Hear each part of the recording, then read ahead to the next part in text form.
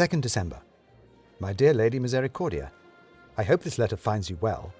I'm sure, however, that it will find you much as my last letter did, given that you are likely to be reading one directly after the other, if, indeed, you read them at all. I'm writing in the small hours of the morning, and I can hear the music still playing downstairs, where you are, no doubt, still dancing and still laughing. About me, probably. As you will know by now, and as you probably knew before, although I may now be the kind of man who would return to the scene of his shame to face the laughter of all around him, I am not the sort of man who people stop laughing at.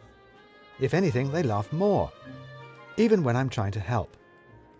As you will be aware, I arrived back in the ballroom just after your father, Lord Daunt, had called a halt to the music, thank goodness, and just before Baronet Oxshott set fire to your dog. Here, I must confess that I had returned to the ballroom not just to face my fears and overcome my sea of troubles, but also because I knew that eventually Lord Daunt would send for me to help him with his illustrated lecture. Your father's plan was for all the leaders of the expedition to deliver a short talk to the assembled guests. Professor Cumulus would talk about all his inventions and experiments, his lordship would talk about himself, and first of all, Baronet Oxshott would talk about killing animals. Which is when the Baronet, being a man of short temper and large hands, broke the spirit lamp in his magic lantern and managed to set light to his tailcoat, a map of the Arctic Circle, and also Knife, your lapdog. In the fuss and furore that followed, it was Henrietta Cumulus, the professor's daughter, who suggested using one of the professor's experimental incandescent electric light bulbs for a light.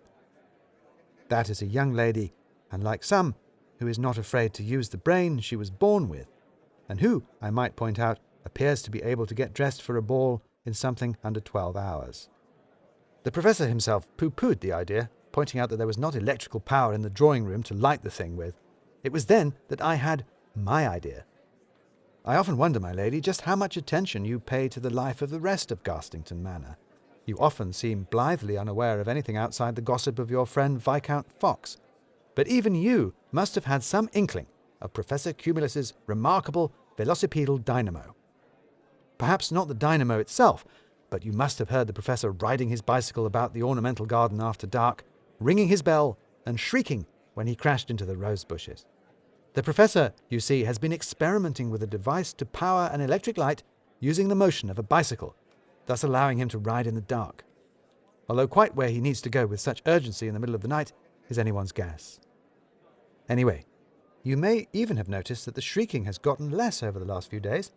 You might even, if you have learnt any of the scientific method I've been trying to teach you, have been able to deduce that the professor's dynamo has worked, and that he can now have bright electrical light wherever he goes, and so can ride around the grounds in the dark and see with perfect clarity that everyone else has gone to bed. Which is how, my lady, in case you were wondering, if you ever wonder about the antics of a humble tutor, I came to be seated on a propped bicycle next to Oxshott's magic lantern, pedalling away like a mad thing, trying to keep the dynamo whirling and the baronet's bulb alight. And for what? For one of the most dismal displays I have ever sat, let alone pedalled through. Nothing but a series of photographs, often upside down or badly exposed, of the baronet standing next to the dead carcass of some poor animal, while he regaled us at length with the gruesome details of how he had killed it, along with some inelegant description of whatever ghastly tropical disease he happened to be suffering from at the time. I have not spent a more disagreeable afternoon since the time I fell into the pigsty and was not found until tea-time. The fact that the baronet kept comparing me unfavourably to a snorting warthog or a puffing gnu did not make the ordeal any more enjoyable either. And yet you, my lady, appeared to find it fascinating, hanging on to the baronet's every word. You certainly never displayed anything like as much interest in any of your lessons. Perhaps I might have taught you more if I had been able to mimic the death rattle of an okapi quite as convincingly, or explain in such excruciating detail quite how fiddly it is to skin a panda. I might have at least expected, then, some scrap of gratitude for everything I had done to help bring the lecture off, but perhaps that is too much for a humble private tutor to ask. It certainly seems you think so, for as we were leaving the drawing-room, you found the opportunity to remark upon how exciting and adventuresome the baronet's life was, especially when compared to the timid and dull life of a private tutor. You continued, my lady, to explain that while some men would only ever know the world from reading about it, real men go out into the world and, as far as I can tell, kill whatever they find there. real men of the sort, as you pointed out, that young ladies dream of marrying. And it was then that the baronet chose to show his gratitude by laughing in my face. I did not like having Baronet Oxshott laughing in my face. It sounded like a gun going off, and I could see all his teeth. It was most disconcerting.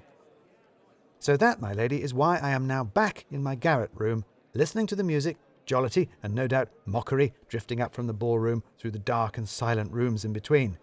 But that is not why I am writing this letter. The amazing truth is, my lady, that after all these years of me trying to wedge at least a single scrap of learning into your beautiful but regretfully still empty head, you have taught me something. You have taught me that I am not the kind of man who hurries off into the wilderness to shoot at things.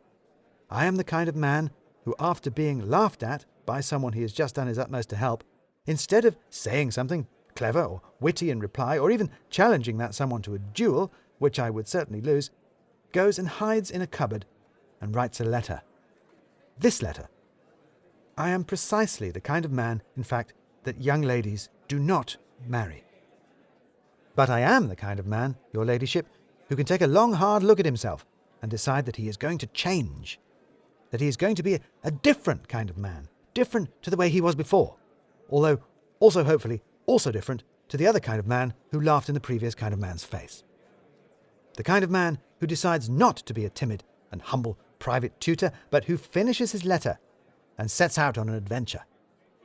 Yours, with sore legs, but a fire in my heart, Timothy Hope, Esquire, Tutor.